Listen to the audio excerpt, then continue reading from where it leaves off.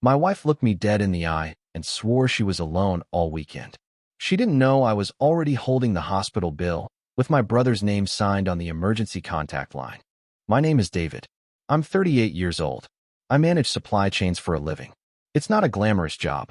There are no wild parties or big speeches, but it keeps the lights on. And I like things that make sense. Logistics, order, predictability. That's how I've always built my life. I believed in doing the quiet work, being the guy people could rely on.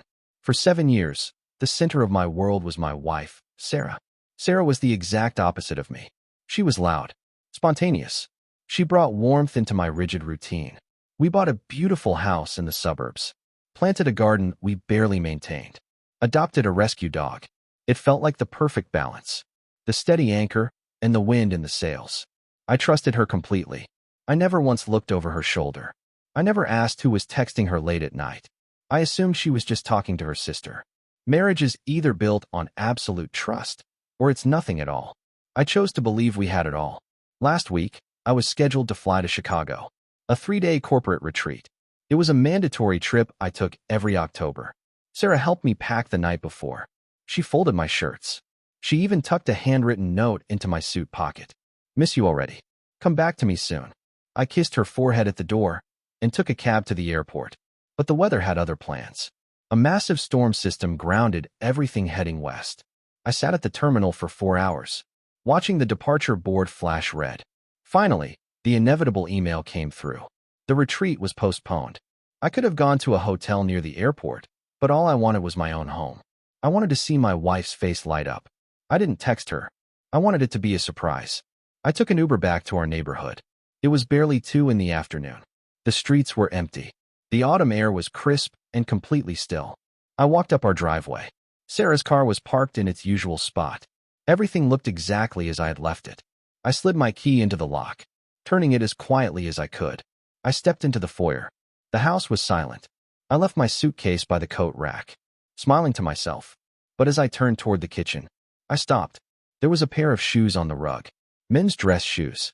Black leather. Size 11 or 12. Too big to be mine. I stared at them, my brain trying to process a simple error in logic. Who is in my house? I held my breath, listening to the dead quiet of the living room. And then, I heard a low, muffled laugh, coming from our master bedroom upstairs. I didn't yell. I didn't drop my suitcase. I just stood at the bottom of the stairs, staring up at the ceiling, listening. Every logical part of my brain tried to construct a different scenario. Maybe a repairman was here. Maybe she was watching a movie. But instinct doesn't care about logic. Your gut knows the truth long before your brain accepts it. My chest felt heavy, like someone had poured wet concrete into my lungs. I took a step forward. The wood creaked under my weight. Usually, I hated that squeaky floorboard. Today, the sound felt deafening. But the house simply swallowed the noise. And then, the laugh came again. Louder this time. Sarah's laugh. The deep, relaxed one. The one she usually saved for lazy Sunday mornings. I gripped the wooden handrail, my knuckles turning completely white. I walked up the steps, one by one. It felt like walking underwater. Every movement required massive effort. My pulse was hammering against my ribs. I reached the second-floor landing. The door to our master bedroom wasn't closed. It was pushed open just a few inches, enough to let a sliver of afternoon light spill onto the hallway carpet. Any other man might have kicked the door in, screamed, demanded answers. But I am a man of logistics. When a system breaks, you observe the failure before you act. I stepped closer to the gap, and I looked inside. There were clothes scattered on the floor. Her favorite blue sundress, a wrinkled gray button-down shirt. And then, I saw her, sitting up in our bed, the heavy oak frame I had built with my own hands. She was smiling, running her fingers through a man's hair. He was sitting on the edge of the mattress. His broad back was facing the door. I couldn't breathe. My vision started to blur at the edges. 7 years of marriage, burned down in less than 10 seconds. I wanted to look away, but I was completely paralyzed, trapped in the hallway of my own home. Then, the man shifted his weight. He turned his head to reach for his phone on the nightstand. The screen illuminated his profile in the dim room. My stomach dropped into an endless void. The concrete in my chest shattered into jagged pieces. It wasn't a stranger from the gym. It wasn't a random coworker. It was Marcus, my oldest friend. The man who had stood next to me at the altar and raised a glass to my lifelong happiness.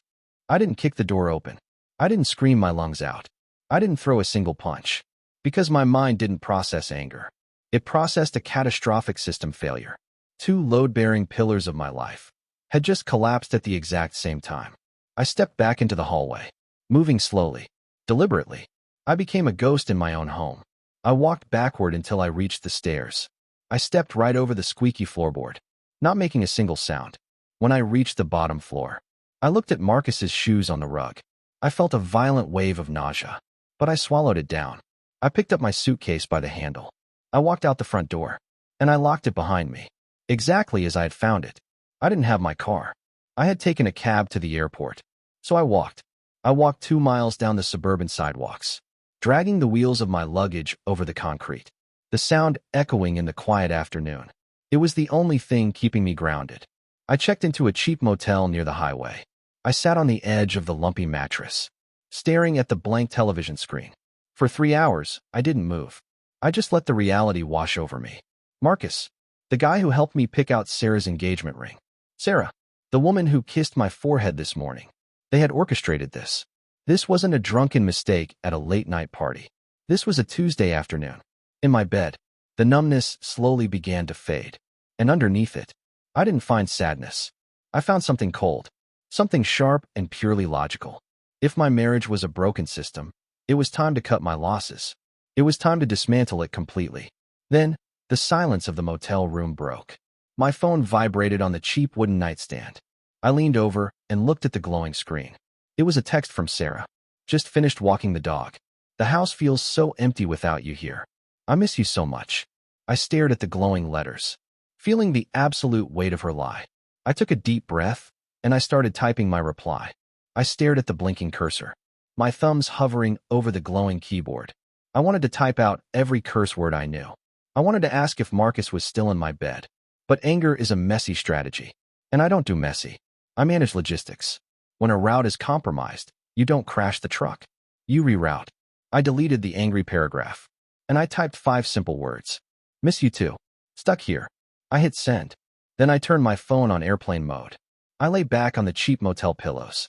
And for the first time in my life, I planned the complete demolition of my own world. The next morning, I didn't go home. I went to work. Not to my corporate office, but to the business of unweaving my life. I walked into my bank at 9 a.m. sharp. I sat down with a branch manager. I opened a new, private account in my name only. I transferred exactly half of our joint savings. Not a penny more. Fair is fair, even in betrayal.